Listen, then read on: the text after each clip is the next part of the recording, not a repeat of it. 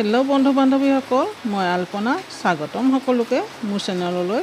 আকৌ আহিলোঁ আপোনালোকৰ মাজলৈ এটি নতুন ভিডিঅ' লৈ। আজিৰ ভিডিঅ'টিত মই ইংলিছ গোলাপৰ ফুল এই গৰম দিনত ফুলাব পাৰি নে নোৱাৰি, যদি ফুলাব পাৰি কিদৰে ফুলাব পাৰি, এই ভিডিঅ'টিত সম্পূৰ্ণকৈ আপডেট দিয়া হ'ব।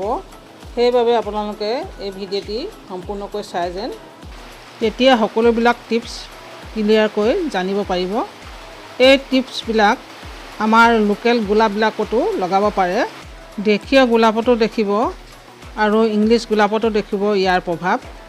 আৰু ভিডিঅ'টো শেষৰ ফালে এবিধ বিশেষ সাৰৰ বিষয়ে ক'ম, যিটো সাৰৰ প্ৰয়োগে গোলাপ ফুলৰ গ্ৰ'থ কেতিয়াও নোহোৱাকৈ নাথাকে। সেয়ে ভিডিঅ'টি সম্পূৰ্ণকৈ শেষলৈকে চাই যেন, আৰু লগতে ভিডিঅ'টি ভাল লাগে যদি লাইক এটা কৰি দিব। ছামাৰ ছিজনটো গোলাপ ফুলে বেয়া পায়। যদি আমি ফুলজোপাক এই গৰমৰ দিনত ৰ'দত ৰাখি থওঁ, তেতিয়া ফুলজোপা লাহেকৈ শুকাবলৈ আৰম্ভ কৰিব। কাৰণ এই ইংলিছ ৰ'জবিলাক ঠাণ্ডা ঠাই ফুল হয়। সেইবাবে এই ফুলজোপাক এই গ্ৰীষ্মকালত ছাঁলৈ লৈ আহিব। পুৱাৰ পোনে পোনে সূৰ্যৰ পোহৰ 2-3 ঘণ্টা পোৱা জেগাত থ'লে ভাল। তেতিয়া ইয়াৰ গ্ৰ'থ খুব সুন্দৰ হ'ব। একেবাৰে ছাঁত থ'লে ইয়াৰ গ্ৰ'থ নহয়। পুৱা বা আবেলি কোমল ৰ'দটো পাব লাগে।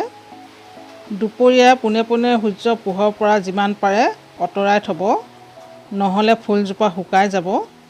মোৰ এই ইংলিছ ৰ'জজোপাই উইণ্টাৰ ছিজনত খুব সুন্দৰকৈ ফুলিছিল। এতিয়াও ইয়াৰ বহু কলি আহিছে। যদিও এই গৰম দিনত গোলাপ ফুল ফুলাব পাৰি, তথাপিও কিন্তু উইণ্টাৰ ছিজনৰ দৰে ইয়াৰ ফুলবিলাক ডাঙৰ ডাঙৰ নহয়। অলপ সৰু সৰুকৈ ফুলবিলাক ফুলিব। মোৰ এয়া চাওক, সৰু সৰুকৈ ফুলিছে। কিন্তু মোৰ এই একেজোপা ফুলেই ঠাণ্ডা দিনত উইণ্টাৰ ছিজনত বহুত ডাঙৰ ডাঙৰকৈ, ইমান ডাঙৰ ডাঙৰকৈ এনেকুৱাকৈ ফুলিছিল। তথাপিও এই ফুলজোপা কিমান কলি আহিছে চাওক। সৰু সৰুকৈ ফুলিলেও ফুলজোপা ধুনীয়া লাগিব।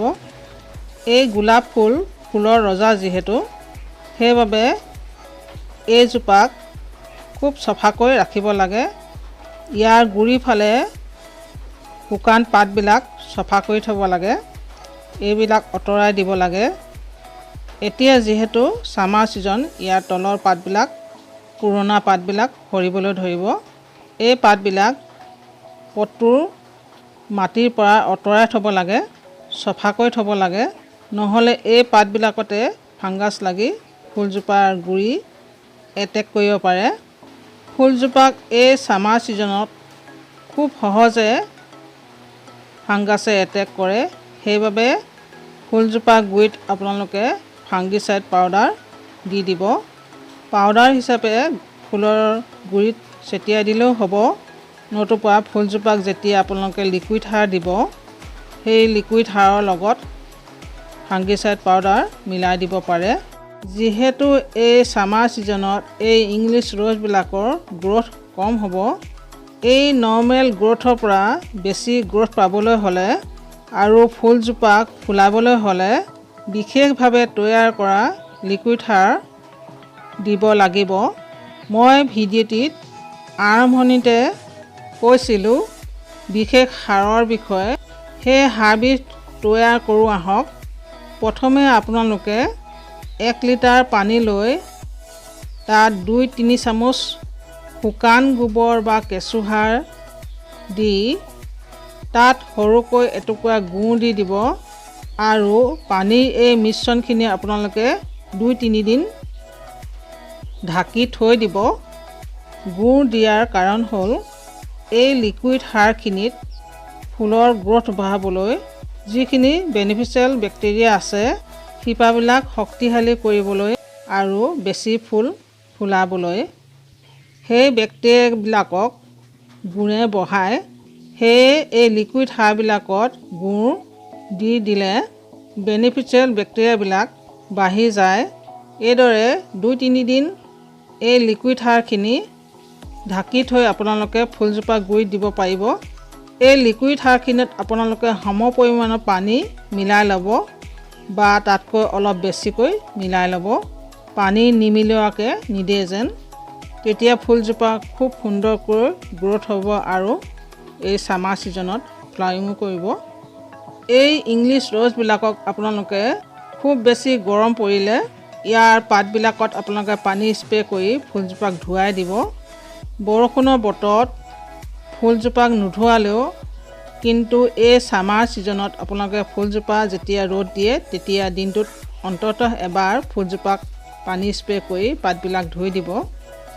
এই পানী স্প্ৰে কৰোঁতে আপোনালোকে পুৱাৰ ভাগত কৰিব, নহ'লে আবেলি 4মান বজা কৰিব, ৰাতি নকৰিব আৰু দুপৰীয়া ভাগত নকৰিব। এনেদৰে এইবিলাক কৰি চাওকচোন, আপোনাৰ গোলাপ ফুলজোপা এই ছামাৰ ছিজনতো সুন্দৰকৈ গ্ৰ'থ হ'ব আৰু সৰুকৈ হ'লেও সুন্দৰকৈ ফুলি থাকিব। অ'কে ফ্ৰেণ্ডছ, আজিলৈ আহোঁ। ভিডিঅ'টি লাইক, শ্বেয়াৰ এণ্ড ছাবস্ক্ৰাইব কৰে যেন, বেল আইকনটো ক্লিক কৰিব, তেতিয়া মোৰ নতুন ভিডিঅ' আহিলে ন'টিফিকেশ্যনত পাই থাকিব। ধন্যবাদ ভিডিঅ'টি চোৱাৰ বাবে।